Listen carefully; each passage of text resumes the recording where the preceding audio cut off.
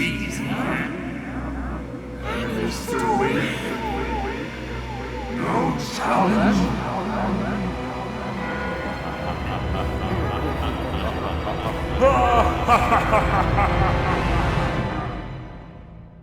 Ciao! Welcome to Game Trip! We know, managing combat is anything but simple. You've tried a lot of things. Many enemies with low hit points. Few enemies with a lot of hit points. Trolls with devastating attack who falls for teaspoon hits. Gorgons with laughable damage, but armor tougher than Exodia. You tried putting them up high, behind cover, tried ambushes. You even gave a skeleton the ability to cast fireballs just to see what happens. And yet, nothing. Your players keep taking whatever you throw at them straight to the face, laughing, while your final boss falls on round 2. Maybe you made them too strong too early. Too many magic items? Too many long rests? Too many rewards? Or the opposite. You thought your player would easily slaughter a handful of goblins, but instead one of them goes down on the first turn, and there you are, sweating, fudging dice rolls so you don't have to print a new character halfway through the session. We never do that, right?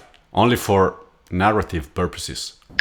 Meanwhile, your prep, which you wrote with love and color-coded tables, goes out of the window because the wizard decided to teleport the whole party out of the dungeon after the first fight. All that effort and not a single trap triggered. Sound familiar? If you're nodding, don't worry, you're not alone. The truth is that balancing an encounter isn't just a matter of numbers or CR. It's a mix of pacing, narrative tension, freedom of choice and, let's be honest, a little bit of healthy sadism. But don't worry, because now comes the important part. How do you build a combat that's truly interesting? Challenging, but not frustrating, and that leaves the table with adrenaline pumping. Here's a series of practical tips, some technical, others more narrative, to help you make not only a combat balanced, but memorable. But first, if you haven't already, subscribe to this channel and leave a thumbs up to keep getting updates on how to keep your party entertained with fresh and new ideas. The first thing to avoid is monotony.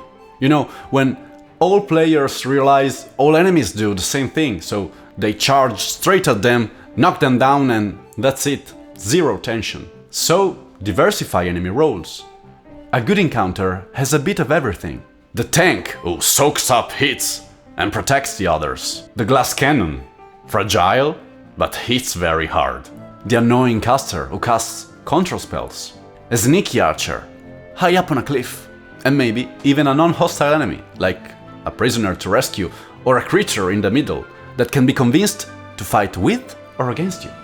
Let's see a concrete example. Instead of 6 identical bandits, put 3 basic bandits, a rogue with invisibility and sneak attack, a caster with charm spells, and a brute with an area attack. And you'll see, the encounter changes completely. Many DMs use base monsters as they are in the manual. And that's okay, but even a hobgoblin can become interesting if it has a tactic. An example, that same hobgoblin can trigger magical traps instead of fighting melee, or steal a magic item and run away. The enemy becomes memorable, and that's all you want from D&D. For bosses, legendary actions are fundamental. Remember, a boss that acts only on its turn is a target. But a boss that acts outside its turn, that reacts, counters, and breaks player combos, it's scary. It's a presence. A practical example.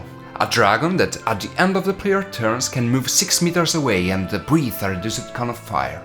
Or that can summon an elemental servant as a reaction to a critical hit. This throws players off and make combats dynamic, alive. They will remember it.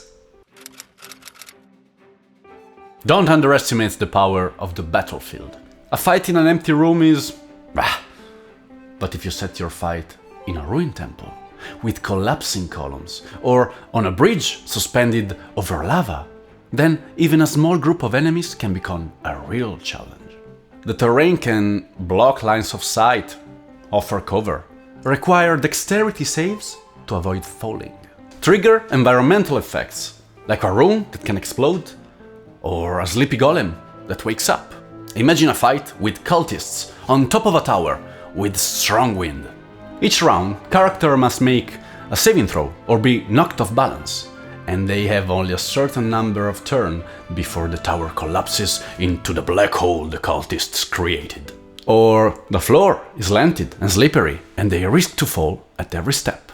Suddenly, the fight is not just about numbers, it's about narrative. This is a beautiful trick, often overlooked.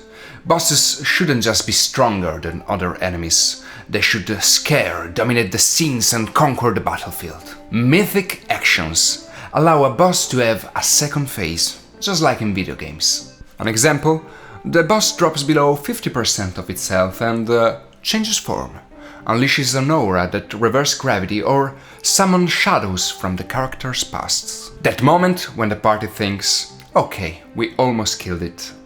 And instead, it laughs, it transforms in an even bigger threat. It's epic. High-level boss must be a shocking, memorable encounter. Don't throw in random bosses, but use them in key moments of your campaign, maybe after a long and grueling path for your players. You'll see, they will plan their moves with maximum caution. I know, it's incredibly satisfying to see your players' eyes light up when you give them the bow of their dream, or the sword of the 1,000 suns, or the stone of the 3 wishes. But giving them too many magical items too early, it's like giving a bazooka to a kid. The party becomes too powerful and fights lose their meaning, or become impossible to balance coherently. Believe me, I know that. Magic items should be rare, precious, desired. A +1 weapon, you won't find it in the first dungeon. It's better to give minor but thematic items, or items with narrative effects. And occasionally, items with a risk. A powerful sword, but that hungers for innocent blood. A ring that casts fireballs, but reduces your max HP each time. Power must come at a cost.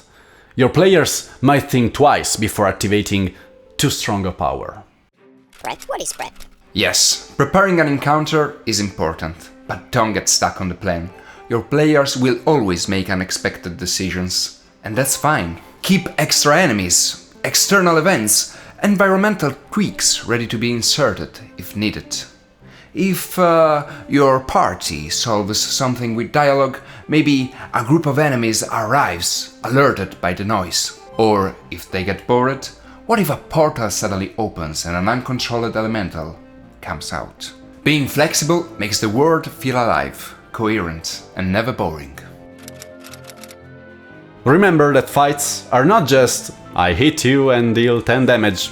That's exciting, of course, but status effects are the real spice of combat. Frightened, blinded, restrained, stunned, silenced, prone, slowed.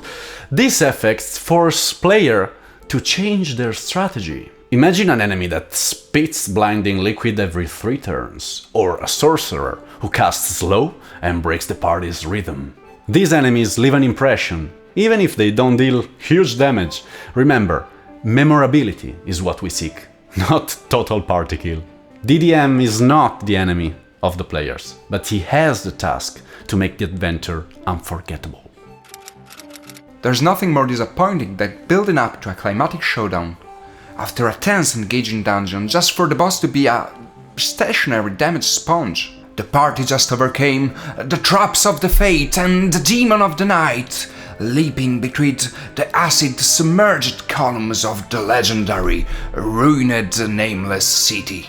They're hyped for the grand finale, and then they face a huge monster that stands in one place, swings its weapon once or twice per turn, and absorb damage until it dies.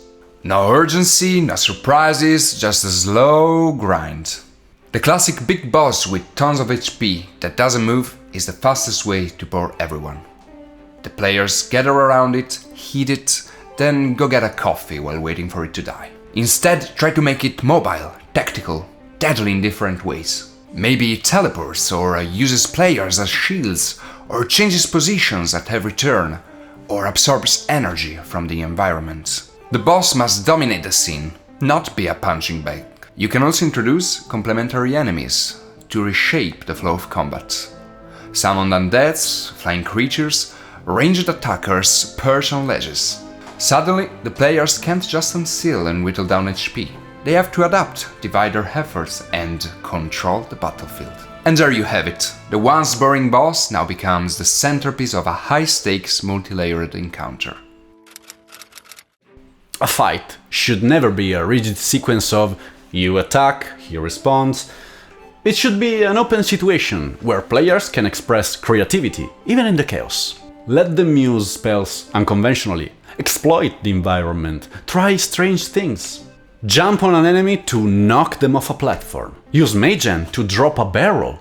Try to talk to a boss while fighting. Don't close off these options just because they're not in the standard action list. If an idea is plausible and interesting, give it a chance. Freedom of approach in combat is what turns a normal fight into a memorable scene. And above all, it makes players feel like they're protagonists, not just turn takers. After all, combat is part of the story, and the story is written together. If your players feel free to use creativity, you've won. Combat is not just hits and spells. It's choices, risks, and storytelling. And that's a wrap on how to create engaging, balanced, and memorable encounters for Dungeons & Dragons. So remember, a great fight is not about stats or hit points. It's about creating tension, strategy, and fun to keep everyone on the edge of their seats. Got your own combat stories or techniques? Drop them in the comments, we'd love to hear how you bring your battles to life. Thanks for watching!